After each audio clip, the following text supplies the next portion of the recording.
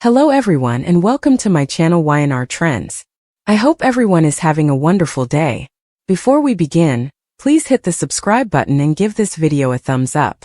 Christmas in Genoa City arrived wrapped in twinkling lights and forced smiles, but beneath the familiar carols and polished ornaments, something dark waited to be unwrapped, something no one could have anticipated, and it all began when an unmarked box appeared beneath the towering Newman Christmas tree at the ranch. Its matte black paper stark against the glittering reds and golds, no tag, no ribbon, just a single silver bell tied loosely to the corner as if mocking the holiday cheer. And Nikki Newman noticed it first, her smile faltering as a chill crawled up her spine because she felt that this gift didn't belong, yet Victor brushed it off with a dismissive wave, insisting it was probably another dramatic gesture from someone trying to get his attention. But as the evening unfolded and the guests gathered, Victoria, Nick, Adam, Sharon, Jack, Phyllis, even Diane lingering at the edges, the box seemed to command the room, pulling focus like a silent threat. And when the clock struck 8 and the fireplace crackled louder than usual, the power flickered, plunging the ranch into darkness for a breathless moment before the lights returned and the box was suddenly open, though no one had touched it, revealing inside a small velvet pouch, deep crimson, with a gold clasp that gleamed under the chandelier. And Victoria, uneasy but composed, reached forward, retrieving the pouch only to find a vintage pocket watch inside. Its face cracked, its hands frozen at 11:17. A time that meant nothing at first until Jack stiffened, his jaw tightening as recognition dawned, because that watch had belonged to someone who was supposed to be dead, someone whose disappearance had been quietly buried years ago. And before anyone could speak, the watch began to tick again, impossibly slowly, each second echoing like a heartbeat through the room. And with it came a low buzz from Victor's phone as a message arrived from an unknown number containing a single line. "You should have told the truth," sending Nikki's blood running cold, while Adam's eyes narrowed, suspicion sparking as he scanned the room because Adam knew secrets. He lived on them, and whatever this was, it was personal, and as Nick demanded answers and Phyllis tried to joke her way through the tension, another envelope slid from the box, addressed simply to the Newmans, containing a flash drive, which Victor reluctantly handed to Adam, who plugged it into the television, and suddenly the screen filled with grainy footage from a snowy night years ago, a security camera angle revealing a familiar face, someone everyone believed had left Genoa City voluntarily, staggering across a road, arguing with a shadowed figure whose voice crackled through distorted audio, unmistakably Victor's, shouting words that made Nikki gasp and Victoria whisper, "Oh my God," because the argument ended with the figure being struck by a car, the footage cutting just before impact, and silence fell heavy as grief, broken only when Sharon spoke softly, trembling, realizing aloud that the time on the watch matched the timestamp on the video, 11:17 p.m., the exact moment that person vanished, presumed dead but never found. And as realization spread, the Christmas decorations felt grotesque, mocking the truth emerging piece by piece, and Victor, for once, was speechless, his carefully constructed empire of control cracking as Jack accused him of covering up a death, while Nikki's tears flowed not just from shock but from guilt, because she remembered that night too, remembered cleaning blood from a coat, remembered promising to protect her family no matter the cost. And as emotions exploded, Nick furious, Victoria shattered, Adam calculating, the final blow came when the doorbell rang, sharp and piercing, and a delivery man stood outside holding one last package addressed to Victor alone, inside of which was a death certificate dated years earlier, falsified, alongside a handwritten note that read, "You didn't just ruin my life, you ruined theirs," signed with a name that should not have been possible, because it belonged to the very person they had just watched on the screen, a person who was alive, watching, waiting. And as the Christmas tree lights flickered violently and the pocket watch stopped ticking once more, Victor finally understood the horrifying truth behind the gift. This was not revenge, it was judgment, and somewhere in Genoa City,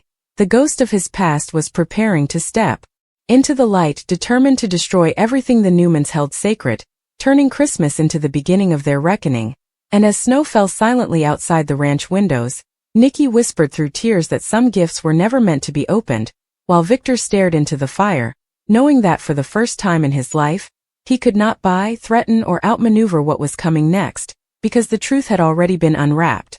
In the suffocating silence that followed Nikki's whispered regret, the Newman ranch no longer felt like a home but a crime scene frozen in time, every ornament a witness, every shadow a reminder of sins long buried, and Victor Newman, the man who had built an empire on fear and dominance, stood unmoving as if the weight of the past had finally pressed him into the floor, while Nick paced like a caged animal, rage simmering beneath disbelief, demanding to know who else had known, who else had lied. And Adam watched it all with unnerving calm, because Adam recognized patterns, and this was no impulsive act. It was a carefully orchestrated psychological war, one designed to dismantle the Newman family from the inside out, piece by piece, and as Victoria tried desperately to restore order, insisting they call the police, Victor snapped back that doing so would only give their enemy exactly what they wanted, control, revealing with that single word just how deeply threatened he truly was. Because control had always been Victor's weapon, and now it had been ripped from his grasp,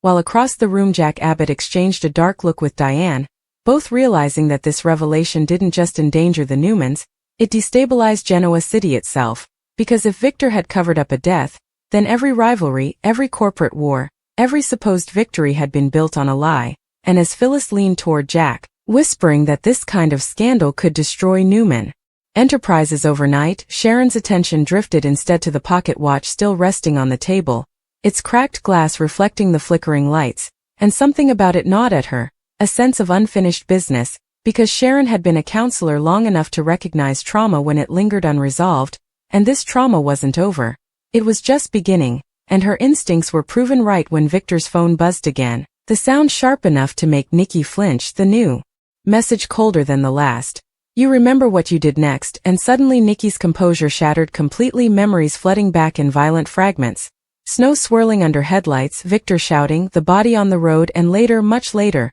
a quiet hospital room where a man lay unconscious under a false name, a bribe paid, a transfer arranged, and a promise made that he would never wake up, but he hadn't he? Because no one ever truly stayed buried in Genoa City. And as Nikki collapsed into a chair, sobbing that they hadn't meant for any of it to happen, Victoria stared at her mother in horror, realizing that this wasn't just Victor's secret, it was Nikki's too, a shared sin that had infected their marriage, their family, their children, and before anyone could process that betrayal, the television flickered back on by itself, revealing a live feed of the Newman ranch from an exterior camera angle, snow falling softly as a hooded figure stood just beyond the gate. Face obscured, unmoving, watching, and Nick surged forward instinctively, demanding security be called, but Victor raised his hand slowly, stopping him because Victor knew, he knew, that whoever this was wanted to be seen, wanted them afraid, and as the feed zoomed closer on the figure's hand, the same pocket watch glinted beneath the streetlight, confirming the unthinkable. The past was no longer content to haunt them from afar, it was here. And when the feed abruptly cut to black, panic rippled through the room, voices overlapping, accusations flying, until Adam finally spoke, his tone razor-sharp, pointing out the most terrifying detail of all, that whoever was behind this had access to their private security system, their cameras, their phones, meaning this enemy had either inside help or intimate knowledge of Newman infrastructure. And as suspicion began to poison the air, eyes turning subtly toward Adam himself, he smirked bitterly because for once, he wasn't the villain. In the room and somewhere deep inside, he almost admired the audacity of whoever was pulling the strings, while Jack seized the moment to confront Victor directly, accusing him of playing God with people's lives, of erasing inconvenient truths and expecting the world to forget, and Victor fired back that Jack had benefited from those erased truths more than anyone, dragging old grudges to the surface, because nothing in Genoa City ever stayed separate. Business, blood, and betrayal were always entwined, and as tensions boiled over, the door to the ranch creaked open slowly, the cold air slicing through the room, causing Nikki to gasp, convinced the figure had returned, but instead it was a courier, pale and visibly shaken, delivering yet another envelope, this one addressed to Victoria Newman, inside of which was a photograph taken years earlier, showing Victoria herself standing outside a clinic, her face tear-streaked, the date stamped clearly in the corner, a date she remembered all too well, the day she'd gone to confront her father about rumors surrounding that mysterious accident, the day Victor had lied to her face, and attached to the photo was a note written in elegant, familiar handwriting. You were closer to the truth than you knew, and Victoria's world tilted violently as she realized this wasn't just about exposing Victor and Nikki. It was about punishing every Newman for believing the lies, for choosing comfort over truth, and as she demanded to know what else was being hidden from her, Victor's silence said everything. Because there were always more secrets, and this enemy knew them all. And as the night wore on and guests fled the ranch in fear, Jack promising this wasn't over and Phyllis already plotting how to spin the fallout, the Newman family was left fractured, alone beneath the blinking lights of a Christmas tree that now felt like a countdown clock. And upstairs, Nikki locked herself in the bedroom, clutching the pocket watch as if it might stop time itself, whispering apologies to a ghost she'd helped create, while downstairs Victor stared out into the snow, haunted by the realization that his greatest enemy wasn't Jack Abbott or Adam or the law. It was the man he'd tried to erase, a man who had waited patiently, building his revenge not with violence but with truth. And as dawn crept over Genoa City, painting the sky a cruel shade of hope, Victor finally admitted to himself what he'd never allowed before. This was a war. He might not survive because the Christmas gift hadn't just revealed a horrifying truth. It had awakened a reckoning that would tear apart the Newmans, expose the darkest corners of Genoa City, and prove that some sins, no matter how deeply buried, always find their way back to the light. By the time Christmas morning finally bled into the gray light over Genoa City, peace had become an illusion no one in the Newman family could afford to believe in, because the silence that settled over the ranch was heavier than the chaos of the night before, thick with unspoken accusations and dread. And Victor Newman had not slept, had not moved from his chair by the window, his reflection in the glass staring back at him like a stranger, a man stripped of certainty, while Nikki lay awake, upstairs clutching the pocket watch as though it were a lifeline, each crack in the glass mirroring the fractures in her marriage, her memories replaying in cruel detail, the hospital corridor, the false name on the chart, the doctor who'd been paid to look the other way, the whispered agreement that this man's existence would end quietly for the sake of the Newman name. And yet now that man was very much alive, pulling strings with surgical precision, because whoever he had become, he had learned patience, and patience made him dangerous. And as dawn fully broke, the first call came, not to Victor but to Victoria, her phone vibrating insistently with a blocked number, and against her better judgment she answered, her breath catching when a calm, familiar voice greeted her by name, thanking her for listening when no one else had years ago, reminding her of the questions she'd asked back then, the doubts she'd buried to protect her family. And when she demanded to know who she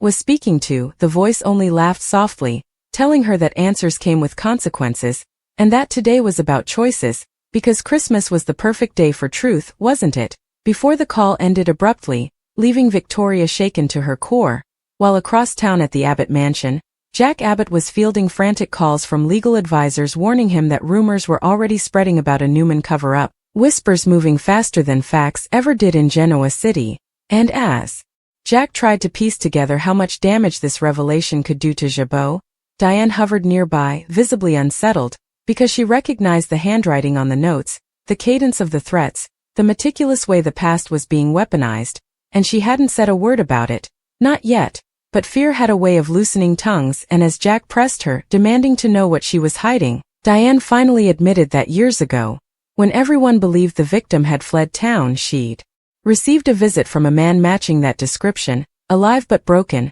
asking for help, asking for resources, and she had turned him away out of loyalty to Jack, out of fear of Victor. And now that decision was coming back to haunt her, because she hadn't just ignored a man in pain, she'd helped erase him. And back at the Newman ranch, Nick returned after a sleepless drive through the city, anger giving way to something colder as he confronted Victor directly, accusing him of destroying their family under the guise of protection, of robbing them of the truth. And when Victor finally spoke, his voice was low, stripped of bluster, admitting that he had done what he believed was necessary, that the man had survived the accident but would have exposed them all, would have dragged Nikki through scandal, their children through ruin. And Nick snapped back that Victor had decided that for everyone, as he always did. And Adam watched the exchange carefully, storing every word, because Adam understood leverage, and this secret was nuclear. And while the family splintered under the weight of betrayal, the mastermind behind the chaos made his next move, sending a package not to the Newmans,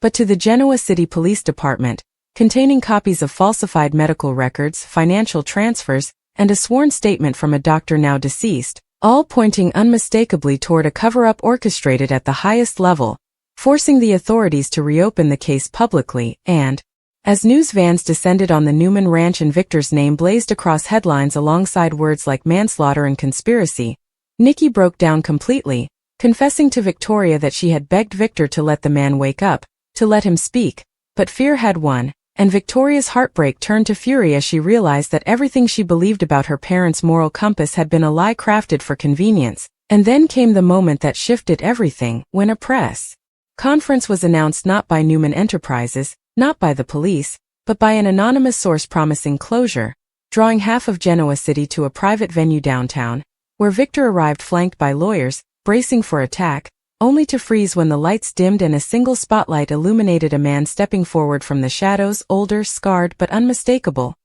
His voice steady as he introduced himself to the world, naming Victor Newman as the man who had stolen years of his life, his identity, his future, revealing that after being hidden away, drugged and discarded, he had rebuilt himself slowly, quietly, watching as the Newmans thrived on the lie that destroyed him, and as gasps rippled through the crowd and Nikki sobbed openly, the man turned his gaze directly to Victor, telling him that this wasn't revenge, it was justice delayed, because he wanted Victor to live with the truth the way he had been forced to live without it. And as cameras flashed in Genoa City watched its most powerful titan crumble under the weight of exposure, the horrifying reality became clear. The Christmas gift had never been about punishment alone, it had been about balance, about restoring what was stolen, and as Victor was escorted away for questioning, his empire shaking, his family fractured, the man he tried to erase finally reclaimed his name, proving that no amount of power could silence the truth forever.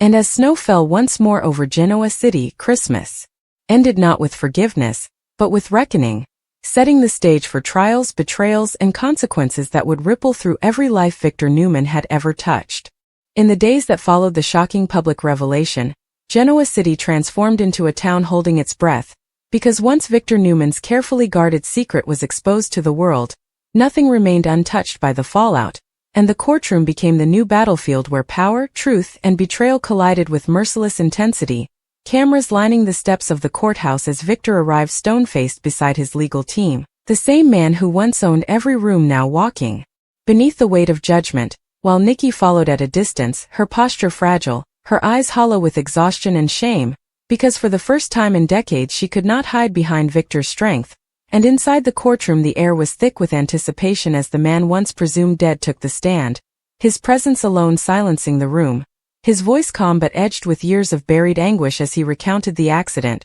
the awakening in a hospital bed under a false name, the realization that his life had been erased by powerful people who decided he was expendable, and with every word he spoke, Nikki's composure fractured further, tears streaking down her face as memories she tried to drown resurfaced, while Victoria sat rigid, gripping the bench as if holding herself together by sheer will, her belief in her parents collapsing under the weight of sworn testimony. And when the prosecution introduced evidence of financial transfers, falsified documents, and witness intimidation, the jury watched Victor not as a titan, but as a man cornered by his own legacy, and yet even then Victor refused to crumble, his gaze unwavering, because pride had always been his armor, and outside the courtroom Adam watched the proceedings with unsettling focus, quietly meeting with the returned man's attorney, because Adam understood opportunity when he saw it, and aligning himself with the truth, however ugly, could finally free him from his father's shadow, while Nick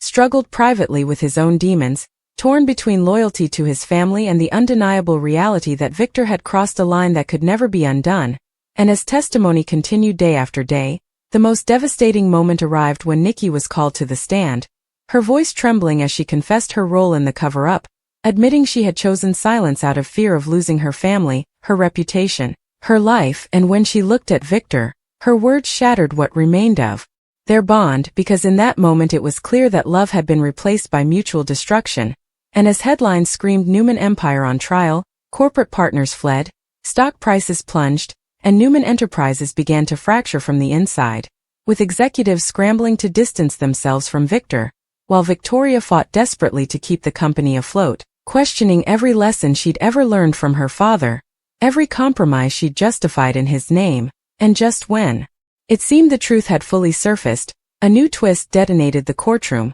when Adam uncovered evidence that the accident itself may not have been accidental at all, suggesting Victor had orchestrated events long before that snowy night to silence a threat to his empire, a revelation that sent shockwaves through the legal teams and left Nikki physically ill, because if that were true, Then everything she believed about that night was a lie within a lie, and as Victor realized the walls were closing in, his resolve finally cracked, not with a confession but with rage, lashing out at his children for betraying him, accusing them of benefiting from his sins while condemning him for committing them, a moment that exposed the deepest truth of all, that Victor had never seen his actions as wrong, only necessary, and as the judge called for order, the returned man watched Victor with something close to pity, knowing that the most horrifying punishment was not prison, but exposure. Because Victor Newman was being forced to confront a world where fear no longer protected him, and when the court adjourned amid chaos, Genoa City buzzed with speculation about the verdict,